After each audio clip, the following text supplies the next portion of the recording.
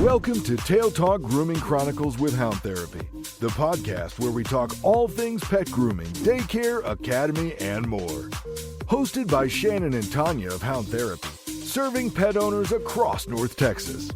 We're here to share expert tips, hilarious pet stories, and the inside scoop on keeping your furry friends happy and healthy. Our motto, humanity over vanity. And don't worry, we don't bite. Let's get started. Who let the dogs out? Who let the dogs out? Sensitive dogs aren't difficult, they're communicating. Shannon and Tanya share how patience, pacing, and trust building create safer, more successful grooming experiences for pups who need a gentler approach. Welcome back, everyone. I'm Sophia Yvette, co-host and producer, back in the studio of professional groomers at Hound Therapy, Shannon and Tanya. Shannon and Tanya, great to be back with you ladies today.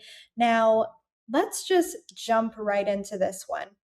Progress over perfection. Grooming sensitive dogs. Can you explain what progress over perfection looks like in your grooming sessions, especially for dogs who are anxious, fearful, or overly stimulated? Well, let's start with what exactly is the progress over. Progress doesn't necessarily mean your dog is going to look great. You might have to quit in the middle of it, but that doesn't mean that it was a failed appointment. That just means that we are going to be able to work slowly with your dog and introduce them slowly. How we do it here at Hound Therapy, I'll let Tanya do. She works with a lot of our. I feel like I have all of the elderly dogs most days, but I love them anyway. That's reading a body language.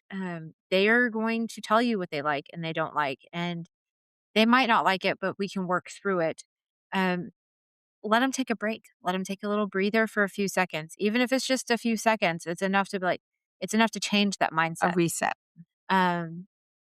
Adjusting kind of how we do things. They might not like that specific the way to do nails. They want it done the other different way. Yeah, don't pull it this way. It's it's how you approach them. Slow the pace down. Go slow. Slow and steady. Reward that calm behavior. We communicate honestly with pet owners, things that they can do at home. So that's what we do here at Hound Therapy. But again, know that just because perfection wasn't achieved, it doesn't mean that we didn't accomplish progress. Standing on the grooming table without panicking, that's progress. Allowing their feet to be touched, that's progress. Tolerating the dryer for just a few minutes, that is progress. Finishing one paw instead of none, that's progress. Staying calm for trimming, and we're going to work on these. It's like teaching your dog to stay. Actually, on the nail trimming thing, we have a dog that comes every 3 weeks for nails. The first time she came, Pumpkin. The first time she came, she was absolutely terrified. It took me and Shannon to do this dog with a muzzle, and she had to be laid down. She was panicking. And I was able to do her nails all by herself, all by myself. She was fine. She didn't need an emotional support person. She did so good today. I was so proud of her. Good job. Yes. So every dog has its story. So notice that, we are working, we're not trying to force the situation. We don't want to make them do something that they're going to hate every single time they come. We want to introduce, these animals who are nervous or scared and reassure the parents that, hey, look, what we're doing is we're working at a little bit of a slower pace, but hopefully that's to train them. Again, like I said, when you're working on stay is one of the hardest commands to teach your dog because, it literally has to sit there and all it wants to do is come to you. So it's short. We're going to work with 30 seconds. We're going to work with, then a full minute. Then we're going to go to 5 minutes. We're going to go to stay while I leave the room. There's, we're doing that with our grooming stuff and our procedures and the noises and all of the sounds that come on. So every dog has a story. It's just figuring out what it is and what they like, what they don't like, and what they're going to tolerate. And if they're not going to tolerate that, figuring out something else that we can do that'll get us to the same point. Yeah. Now, when having this empathy for your pet from an owner standpoint, Why is it important that they have that approach with their pets? Or why is it so important that you take this approach with the pets? Well, I would say if you don't and you force this dog to go in and you tell your groomer that, hey, look, I don't really care if she likes it. Sit on her, hold her down, make her get her nails done. I don't care if she doesn't like the dryer. I want it done. I have to have it done. I don't care if it's gonna hurt to demat Yeah. that whole dog and it's gonna be here for 8 hours. I want it to look like this. Whatever it is. And I say, look, we can't do that. Your dog's not going to tolerate it. It's too old. It's too nervous. It's too afraid. There's multiple things that can go, I mean, multiple. Just to name a few, they can have broken blood vessels in their eyes. We can quick a nail too short. We can get bit. They could pull and keep pulling and tugging that causes damage to them. They could knock things off the wall down. I mean, broken equipment They can bite their own tongue or their cheek and or us. or us. So there's forcing them is just we're increasing the fear, the panic, the distinctive bad behavior. We're not teaching them to do it better. We're teaching them that whether you like it or not, It's gonna happen. keep fighting, and you're just going to fight. It's just going to create more fighting and more nervousness and more fear. So by doing it a little bit at a time and accepting, hey, look, this is what we're going to do and this is our end. It's good goal setting for you, for me, for the dog. Yeah. For Hound Therapy in general, our number one rule is not, if your dog, they could have a little heart attack. We do not want to stress out your dog. We don't want your dog to associate coming here with It's something bad. that's horrible. We don't want Yeah. your dog to associate getting in the car is horrible. So, I mean, we have owners that say, I can't bring my dog in because it won't go in the car. She throws up, she's nervous, she's scared. So put her in the car, don't leave the garage, take her out of the car. Put her back in the car, back out of the driveway, pull back into the garage. I mean, we're just going to do it slowly. The dog is going to be like, okay, all So I right. don't have to go to the vet every time I go to the car. And yeah, we keep them guessing, right? They never know what we're gonna do. So when they get in the car, they could go to the park, they could go to the groomer, it could be the vet. Who knows?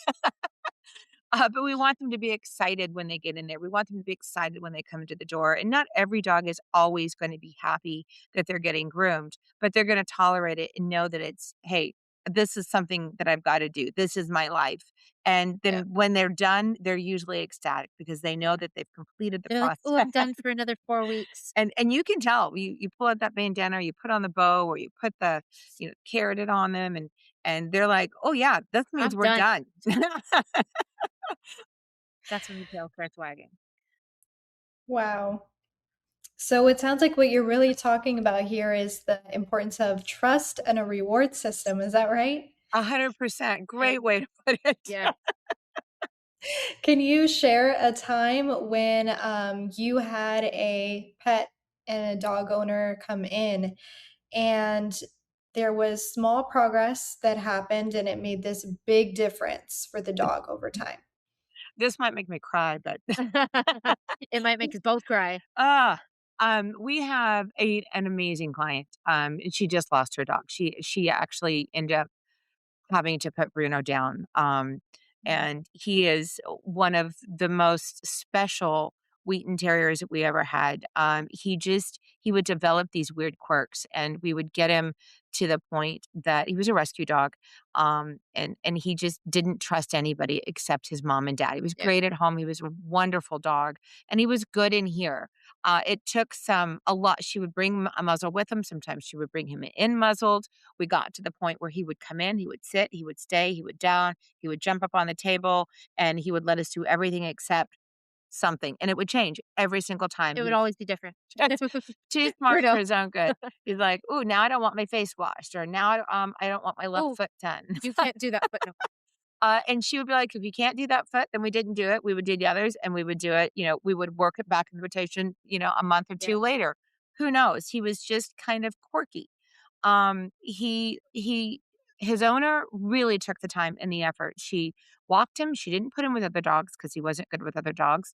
We did him straight through so that he didn't have to go sit in a cage or stay here for anxiety, measures. She made sure he was walked before he came in so he was, didn't have any pent up nervous energy. Together, her and I And I'm primarily the one that did him just because, I was his person here. She was his person at home.